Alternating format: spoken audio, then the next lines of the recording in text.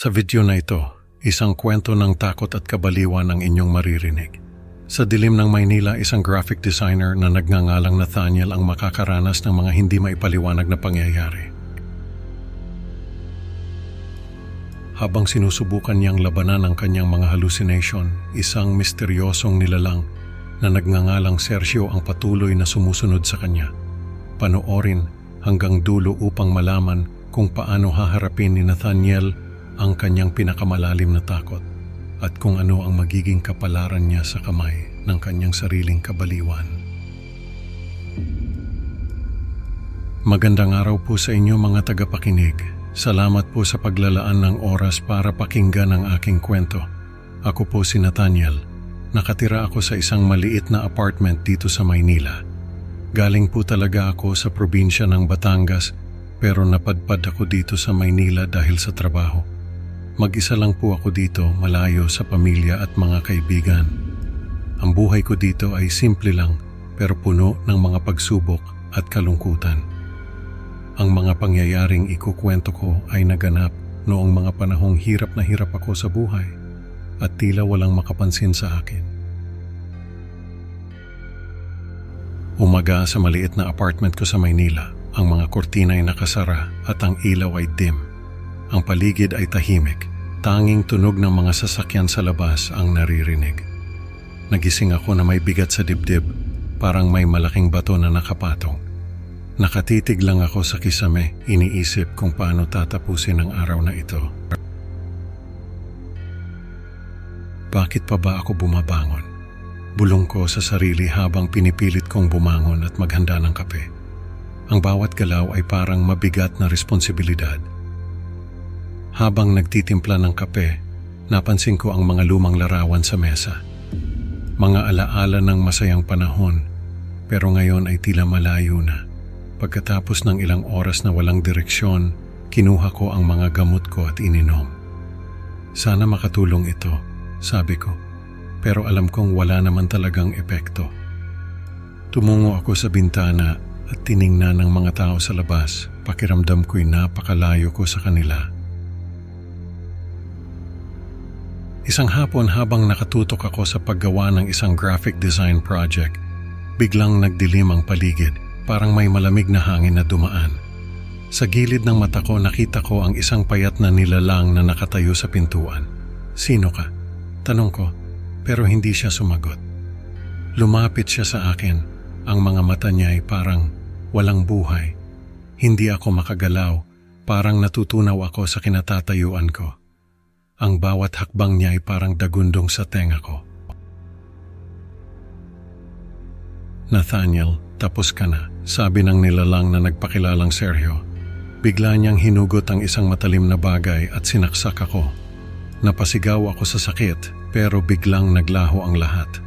Nagising akong pawis na pawis at nanginginig. Binuksan ko ang lahat ng ilaw sa apartment at naghanap ng alak. Kailangan kong makalimutan ito, sabi ko sa sarili habang iniinom ang alak. Kinabukasan, pumunta ako kay Dr. Sonia, pero sinabi niyang epekto lang daw ito ng gamot. Nung tumigil ako sa pag-inom ng gamot dahil sa takot na muling makaranas ng hallucination, nagsimula akong mag-record ng mga video ng sarili ko. Para sa hinaharap na ako bilang reassurance na nasa tamang pag-iisip ako. Nathaniel, ito ka. Nasa tamang pag-iisip ka, sabi ko sa video. Pero kahit na hindi na ako umiinom ng gamot, patuloy pa rin ang mga hallucination. Sa bawat pag-record, napapansin ko ang mga pagbabago sa mukha ko. Parang lumalalim ang mga mata ko at ang mga ngiti ko'y pilit na pilit. Bakit ka nandito? Tanong ko kay Sergio na lumitaw sa panaginip ko. Hindi siya sumagot, pero naramdaman ko ang malamig na hangin na dala niya. Sa bawat pagdilat ko, nandyan siya.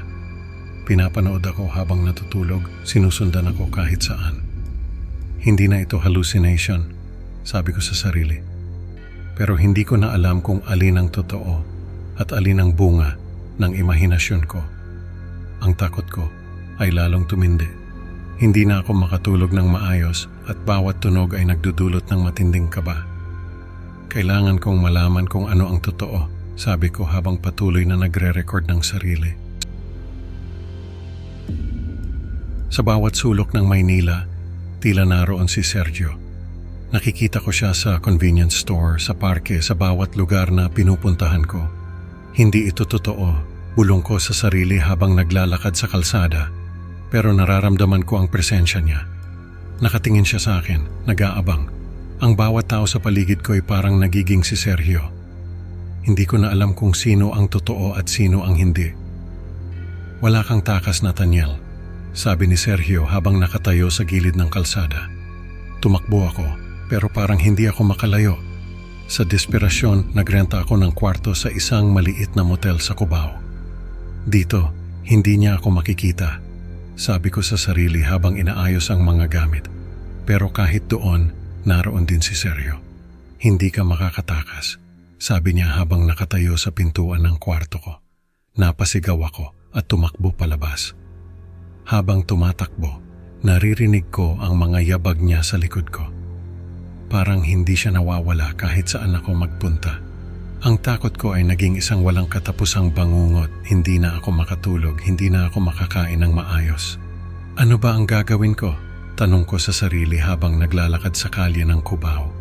Walang ibang mapuntahan, bumalik ako sa apartment ko sa Maynila. Dito na lang ako, sabi ko sa sarili habang umuupo sa sulok ng sala, napapalibutan ng mga ilaw, alak at caffeine pills. Pakiramdam ko ay nakakulong ako sa sarili kong apartment. Wala na akong magagawa, sabi ko habang nakatingin sa mga ilaw na nakabukas sa paligid.